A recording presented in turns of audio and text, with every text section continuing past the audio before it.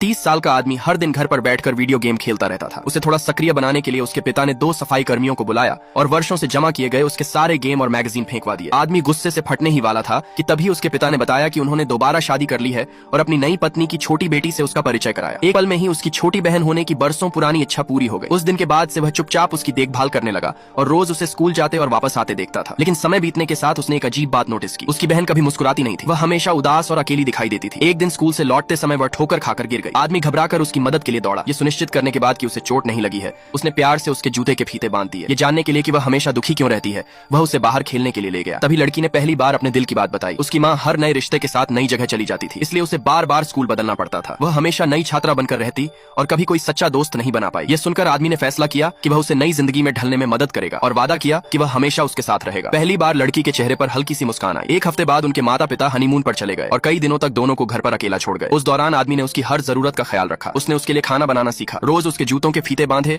और जब उसे पता चला कि वह खुद फीते बांधने में परेशानी महसूस करती है तो उसने उसके लिए वेलक्रो वाले जूते खरीद लिए। लेकिन जब वह चुपके से जूते उसके कमरे में रखने जा रहा था तभी उसे स्कूल का एक नोटिस मिला। उसमें लिखा था कि उसी दिन स्कूल में पेरेंट ऑब्जर्वेशन डे होने वाला है। ये सोचकर कि वह अकेले जाकर कितना दुखी होगी, उसने अपने पिता के कपड़े पहने और उसके अभिभावक बनकर स्कूल पहुंच गया। लेकिन वहां पहुंचने पर शिक्षक ने बताया कि उसकी बहन आज स्कूल आई ही नहीं थी। यह सुनकर वह घबरा गया और पूरे स्कूल में उसे ढूंढने लगा। तभी उसे ऐसा लगा जैसे उसने खेल के मैदान के पास वाली खिड़की से अपनी बहन को गिरते हुए देखा हो। वह डर के मारे तुरंत बाहर भागा, लेकिन वहां उसे केवल उसके जूते मिले। कुछ ही देर बाद उसकी बहन अचानक वहां आ गई और बोली कि वह बस ठोकर खाकर गिर गई थी। उसने जूते वापस ले लिए। जब आदमी ने फिर से उसके फीते बांधने की कोशिश की तो उसे एहसास हुआ कि वह तो खुद ही फीते बांधना जानती है। उस दिन के बाद से वह पूरी तरह बदल गई। वह खुश रहने लगी, हर समय मुस्कुराती रहती और पहले से कहीं ज्यादा खाने लगी। वह प्यार से उसे बड़े भैया कहकर बुलाती थी। आदमी समझ नहीं पा रहा था कि आखिर हुआ क्या है, लेकिन उसे महसूस हो रहा था कि सब कुछ बदल चुका है और शायद ये बदलाव सिर्फ वही देख पा रहा था। फिर एक दिन उसने अपनी आंखों से देखा कि कोई तलवार लेकर उसकी बहन पर हमला कर रहा है। उसने तुरंत हमलावर को दूर धक्का दिया और बहन को उठाकर भागने लगा। लेकिन तभी दोनों एक तेज रफ्तार ट्रक की चपेट में आ गए। जब उसकी आंख खुली तो वह फिर से अपने घर में था। उसकी बहन उसके पास बैठी थी, बिल्कुल सुरक्षित, जैसे कुछ हुआ ही ना हो। उसने उसका नाम लेकर पूछा कि क्या वह सच में वही बहन है। लड़की मुस्कुराई और बोली बिल्कुल। फिर वह बाहर भाग गई और अपनी माँ से कहने लगी कि खेलते समय उसके कपड़े फट गए थे। ये सुनकर आदमी का शक और गहरा हो गया। अब उसने सच का पता लगाने का पक्का फैसला कर लिया।